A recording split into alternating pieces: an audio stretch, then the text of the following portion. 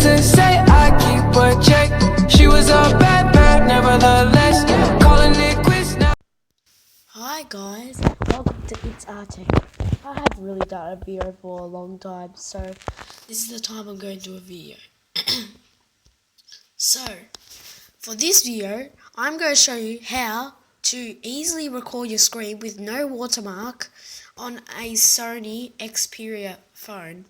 For today, I'm using a Sony Xperia Z3 Compact, but I'm not sure if it will work on other phones.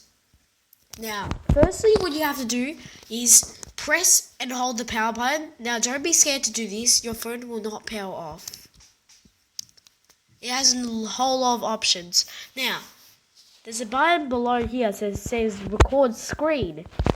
And you click that and it should come up with a menu in the top left corner with the record screen options. Thank you for watching and bye bye. Now, also a note, I was actually using that screen recorder right now for this video. Goodbye.